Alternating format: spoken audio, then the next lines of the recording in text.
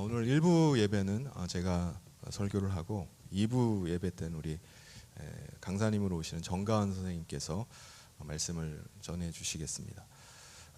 우리 인간을 창조하신 분은 하나님이십니다. 하나님은 우리 인간을 아주 특별한 존재로 창조하셨습니다. 바로 하나님과 하나 될 수 있는 존재로 지으신 겁니다. 어떻게 해요? 우리 혼에 우리 마음 안에 하나님을 모시고 우리 혼이 하나님 안에 거할 수 있게 하신 것입니다. 우리 인간은 우리 마음 가운데 하나님을 모시고 하나님 안에 거하는 삶을 살아갈 때 하나님이 가지고 계신 그 영생하는 생명을 우리가 살아갑니다. 하나님의 능력 가운데 살아가고 하나님의 영광 가운데, 하나님의 임재 가운데 우리가 살아가게 됩니다. 그러므로 이러한 하나님의 뜻대로 사는 것이 우리 인간에게 있어서는 가장 행복한 일이고 가장 평안을 누리는 길입니다. 그런데 우리 인간이 하나님을 거부하고 하나님을 떠나는 순간 상황이 완전히 바뀌어 버려요. 우리 인간은 육체의 생명에 의존해서 그 생명으로 살아가야 되고요. 자기의 능력만을 의지해서 살아가야 됩니다. 그리고 하나님 없이 살아가는 삶을 시작하게 됩니다. 그래서 하나님의 뜻을 거부하고 하나님을 떠난 인간은 그때부터 염려 가운데, 불안 가운데 휩싸여서 살아갑니다. 늘 두려움이 떠나질 않습니다. 그렇다면 이 땅에 태어난 인간은 자동적으로 그 마음이 하나님을 모시고 하나님 안에 거할 수 있게 되는 건가요? 아닙니다. 각자 자기 마음을 열고 하나님을 그 마음에 영접을 해야만 합니다. 하나님은 우리 인간의 마음에 들어오기를 원하세요. 우리가 하나님께로 돌아오기를 간절히 원하십니다. 그래서 우리를 계속 부르고 계십니다. 우리의 마음을 두드리십니다. 우리가 잘 아는 요한계시록 3장 20절 말씀, 볼지어다 내가 문 밖에 서서 두드리노니 누구든지 내 음성을 듣고 문을 열면 내가 그에게로 들어가 그와 더불어 먹고 그는 나와 더불어 먹으리라 말씀합니다.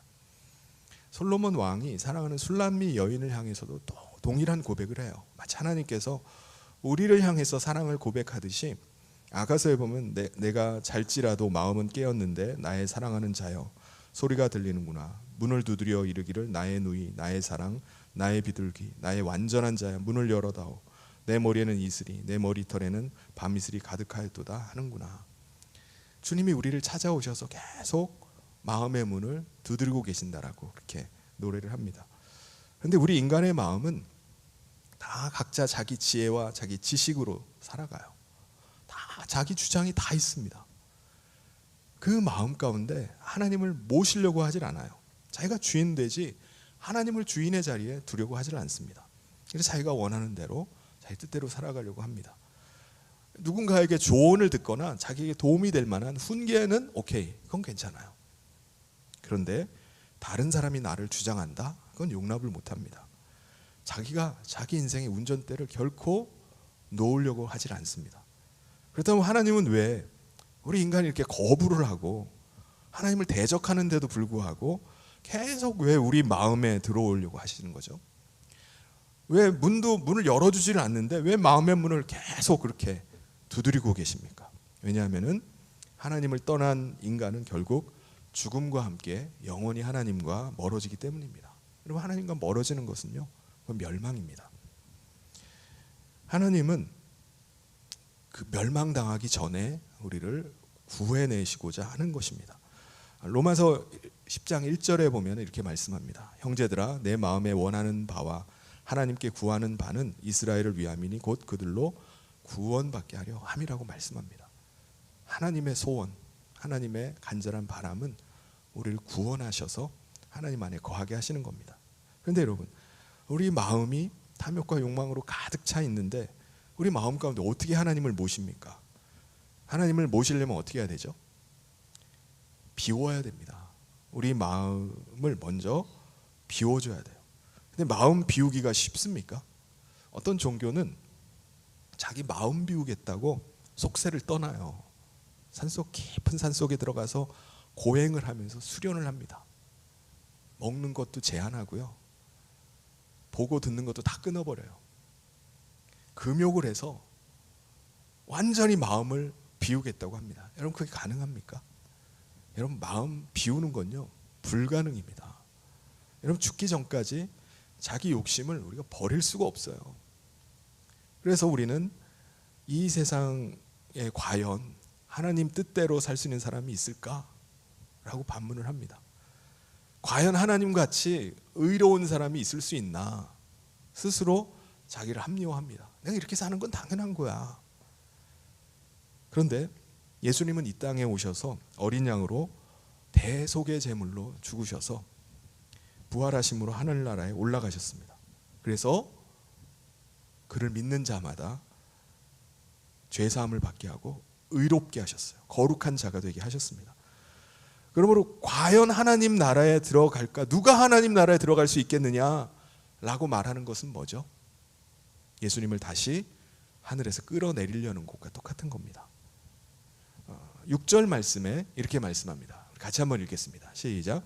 믿음으로 말미암는 의인은 이같이 말하되 내 마음에 누가 하늘에 올라가겠느냐 하지 말라 하니 올라가겠느냐 함은 그리스도를 모셔 내리려는 것이요.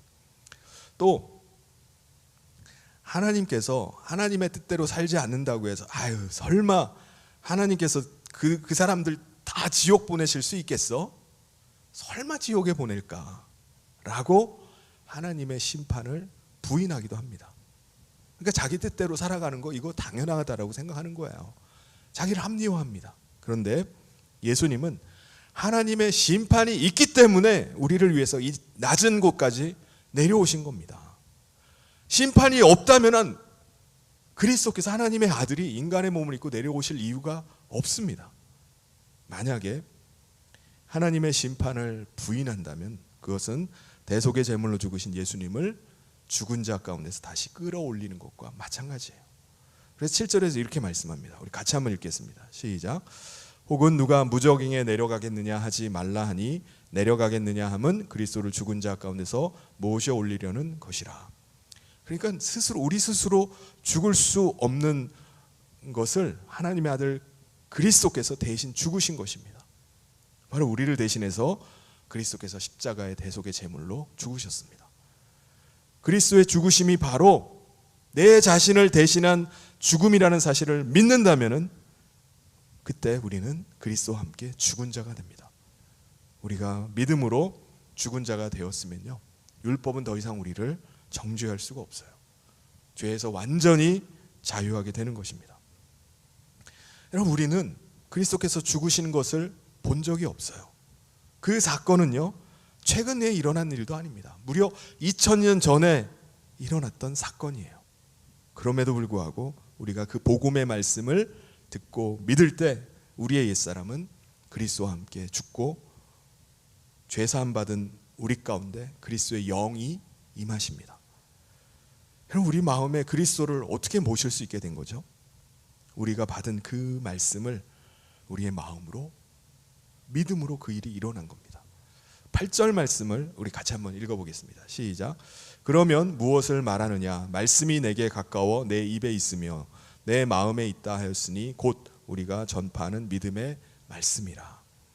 나는 그리스도와 함께 십자가에 달려 죽었다는 사실을 믿고 이제는 그리스도께서 내 마음에 주인으로 임하셔서 나를 주장하시고 나를 인도해 달라고 고백하면은 그리스도께서 우리 마음 가운데 임하십니다.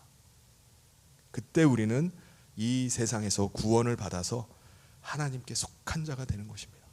하나님 나라의 백성이 되는 것입니다. 그 이후부터 우리는 하나님 나라 백성으로 이 세상에서 살아가기 시작하는 것입니다. 우리 9절 말씀을 우리 같이 한번 읽겠습니다. 시작. 내가 만일 내 입으로 예수를 주로 시인하며 또 하나님께서 그를 죽은 자 가운데서 살리신 것을 내 마음에 믿으면 구원을 받으리라. 아멘. 그리스도께서는 믿는 자의 혼, 믿는 자의 마음 가운데 임하십니다. 마음으로 믿고 입으로 고백하는 것이 바로 그리스도를 마음 가운데 모시는 비결입니다. 그때부터 그것이 바로 우리 배에서 생수의 강이 터지게 하는 마중물이에요. 로마서 10장 10절을 우리 같이 한번 읽겠습니다. 시작. 사람이 마음으로 믿어 의에 이르고 입으로 시인하여 구원에 이르느니라. 그런데 혹 어떤 분은 저는 분명히 믿었는데 아무 일도 일어나지 않아요. 저는 믿었는데 제 마음 가운데 잡생각만 들어요 라고 말씀하신 분이 혹 계실지 모르겠어요. 그런데 성경에서 분명히 약속하는 건 뭐죠? 믿는 자는 부끄러움을 당하지 않으리라는 것입니다. 여러분, 믿는 자에게 반드시 그리스도께서 임하심을 믿으시기를 바랍니다. 11절 말씀을 우리 같이 한번 읽겠습니다. 시작. 성경에 이르기를 누구든지 그를 믿는 자는 부끄러움을 당하지 아니하리라 하니. 아니, 그래도 그건 특별한 사람, 뭔가 좀 간절한 사람, 좀 절실한 사람, 그런 사람에게는 일어나는 일 아닐까요? 저 같은 무덤덤한 사람에게는 그런 일이 일어나지 않을 것 같은데. 아닙니다. 우리 12절에서 말씀합니다. 유대인이나 헬라인이나 차별이 없음이라. 한 분이신 주께서 모든 사람의 주가 되사 그를 부르는 모든 사람에게 부요하시도다 라고 약속하고 있습니다. 여러분, 우리 인간이 하나님을 찾은 게 아니에요. 하나님께서 우리 인간을 찾아오신 겁니다. 우리를 부르시고 계신 거예요. 그런데 우리 인간이 주님의 이름을 부르는데 우리를 찾으시는 분이 왜 외면을 하고 계시겠습니까? 찾고 계시는 분이 우리가 주의 이름을 부를 때 우리에게 오시는 거예요. 13절을 우리 같이 한번 읽겠습니다. 시작. 누구든지 주의 이름을 부르는 자는 구원을 받으리라. 아멘. 그런데 여러분, 여기서 아주 중요한 질문이 한 가지가 있습니다.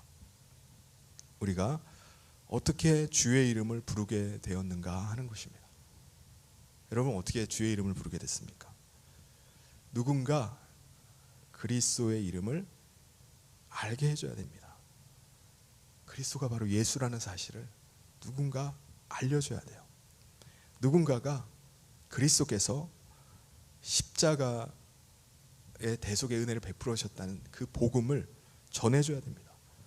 그래야지 주의 이름을 부를 수 있는 거 아니에요? 주의 이름을 알 거 아닙니까? 모르는 분을 어떻게 불러요? 듣지 못한 분을 우리가 어떻게 믿습니까? 결국 전해주는 사람이 없으면요, 어느 누구도 구원받을 수가 없습니다. 우리도 마찬가지예요. 여러분, 우리가 하나님께 돌아와서 하나님께 거할 수 있는 길을 열어주신 것은 전적으로 하나님의 지혜입니다. 하나님의 지혜에서 나온 거예요. 우리 인간의 지혜에서는 이 생각이 나올 수가 없습니다. 이 지혜가 나올 수가 없어요. 그러므로 누구든지 십자가의 복음을 듣지 않고는 하나님의 사랑을 알 길이 없습니다. 하나님의 사랑을 받을 길이 없어요. 하나님께 돌아갈 수가 없는 겁니다. 그래서 하나님께서는 하나님께 돌아온 자들에게, 돌아온 모든 사람들에게 사명 한 가지를 주셨어요. 바로 세상으로 다시 나가라는 거예요. 그래서 그리스도의 십자가의 복음을 전하라는 것입니다. 내가 세상에서 나에게 돌아왔느냐? 다시 세상으로 나가라는 겁니다. 하나님의 관심은요, 한 사람이라도 더 하나님께 돌아오는 겁니다. 한 사람이라도 더 구원하시는 거예요. 그 사명을, 그 전하는 사명을 우리에게 맡겨주셨습니다. 여러분, 한 사람이 살고 죽는 것은요, 오늘 하나님께 돌아온 우리 한 사람 한 사람에게 달려 있습니다. 잠언 12장 18절에 칼로 찌름같이 함부로 말하는 자가 있거니와 지혜로운 자의 혀는 양약과 같다고 말씀합니다. 우리 입술에서 나오는 한마디가 사람을 죽일 수도 있지만 살릴 수도 있어요. 마태복음 12장 36절 37절에 보면 사람이 무슨 무익한 말을 하든지 심판날에 이에 대하여 신문을 받으리니 내 말로 의롭다함을 받고 내 말로 정죄함을 받으리라. 우리가 한 그 말 한마디에 의해서 마지막 때 심판이 결정이 돼버리는 거예요. 여러분, 과거에 북이스라엘이 아수르 제국의 멸망을 당합니다. 그리고 이제 10개 지파가 날아가고요, 남은 2개 지파가 남았어요. 근데 남유다 지파마저도 바벨론의 멸망을 당합니다. 그래서 많은 사람들이 죽거나 아니면 포로로 끌려가게 됩니다. 여러분, 남은 백성들의 삶이 어땠을까요? 포로로 끌려간 사람들의 삶이 어땠겠습니까? 고통 가운데 신음하면서 좌절에 빠져 살아가는 거예요. 그들은 살아갈 희망이 없습니다. 그때 하나님께서 이사야 선지자에게 말씀하셨습니다. 유다 백성들이 바벨론의 포로에서 다시 돌아오게 하겠다. 그리고 내가 다시 시온에서 통치하게 될 것이다 라는 말씀을 주셨어요. 여러분, 그 말씀 받은 이사야 선지자가 얼마나 기뻤겠습니까? 그 말씀을 받았는데 그가 내가 비밀을 한 가지 알았다. 그래서 그걸 움켜쥐고 가만히 있겠습니까? 사람들은 지금 살 희망을 잃고 고통 가운데 신음하고 있는데 어떻게 자기가 그 들은 소식을 가지고 가만히 있겠습니까? 그 말씀을 알고도 어떻게 그가 입을 다물 수 있겠습니까? 이사야 선지자는요, 그 기쁨의 소식을 백성들에게 달려가서 전하는 거예요. 여러분, 기뻐하십시오. 이제 우리는 해방입니다. 더 이상 여러분 손을 늘어뜨리고 고개를 떨고 계시지 마시기 바랍니다. 하나님이 우리를 원수의 압제에서 해방시키셨습니다. 하나님이 우리를 구원하십니다. 여러분, 우리가 받은 십자가의 복음은 정말 아름다운 소식입니다. 사람을 살리는 소식이에요. 이 기쁨의 소식을 받은 우리는요, 해방의 소식을 전하러 가는 이 이사야 선지자의 발걸음과 같은 겁니다. 15절 말씀을 우리 같이 한번 읽어보겠습니다. 시작. 보내심을 받지 아니하였으면 어찌 전파하리요? 기록된 바 아름답도다. 좋은 소식을 전하는 자들의 발이여함과 같으니라. 기록된 말씀이 이사야가 하나님 말씀 받고 그 소식을 전하러 갔다는 거예요. 하나님께서 우리를 다시 부르시고 하나님 안에 거할 수 있게 하신 것은요, 감추어진 비밀입니다. 비밀이었어요. 근데 그 비밀이 해제가 됐습니다. 바로 아들을 내어주신 하나님의 사랑이 드러난 것입니다. 자기 자신을 내어주신 그리스도의 사랑이 이 땅에 임한 거예요. 골로새서 1장 26절 27절에 이 비밀은 만세와 만대로부터 감추어졌던 것인데 이제는 그의 성도들에게 나타났고 하나님이 그들로 하여금 이 비밀의 영광이 이방인 가운데 얼마나 풍성한지를 알게 하려 하심이라. 이 비밀은 너희 안에 계신 그리스도니 곧 영광의 소망이라. 하나님의 놀라운 사랑으로, 십자가의 은혜로 우리 마음 가운데 그리스도가 임하게 됐어요. 우리 안에 계신 그리스도가 계심이 바로 비밀이 해제된 겁니다. 우린 그 사랑 때문에 하나님께 돌아오게 되었고 하나님 안에 거하게 됐습니다. 사랑하는 성도 여러분, 하나님 나라의 문은요, 이제 활짝 열렸습니다. 누구나 다 들어갈 수 있어요. 이제 우리가 해야 될 일은 그 열린 문으로 사람들을 돌아오게 하는 겁니다. 열린 문으로 초대하는 일을 하는 거예요. 그런데 문제는 그 문이 계속 열려 있지 않다는 거예요. 갑자기 그 문이 닫힐 때가 있습니다. 그때 그 문으로 들어가고자 해도 들어갈 수가 없어요. 여러분, 하나님은요, 그 전에 한 사람이라도 더 돌아오기를 원하십니다. 한 사람을 하나님께 돌아오게 하는 것을 하나님이 가장 기뻐하세요. 그 소식을 듣는 것을 기다리십니다. 하나님의 간절한 바람은 한 사람이 다시 돌아오는 거예요. 사랑하는 성도 여러분, 우리가 복음을 전하고자 할 때, 우리가 한 사람을 하나님께 돌아오게 하고자 할 때, 그때 하나님이 가장 기뻐하십니다. 하나님께서 이 일 때문에 사랑하는 하나님의 아들까지 내어주신 겁니다. 이 일 때문에 그리스도께서 자기 자신을 십자가에 제물로 내어주신 겁니다. 사랑하는 성도 여러분, 이제 우리가 일할 차례예요. 우리의 순서입니다. 하나님이 다 하셨어요. 이제 우리는 그 하나님이 기뻐하시는 그 일을 전하는 것입니다. 하나님의 기쁘심이 됩시다. 우리가 전도하고자 할 때 하나님께서 다른 어떤 것보다 우리에게 관심을 기울이십니다. 우리가 전도하고자 할 때 하나님도 그때부터 우리 가운데 일하시기 시작하시고 역사하기 시작하시는 겁니다. 우리가 어떻게 한 사람을 변화시킵니까? 우리가 어떻게 한 사람을 하나님께로 인도합니까? 우리가 할 일은 그 사람을 변화시키는 게 아니에요. 그 한 사람에게 복음을 전해줄 뿐입니다. 그 한 사람에게 그 한 사람을 하나님 나라로 초청하는 것뿐이에요.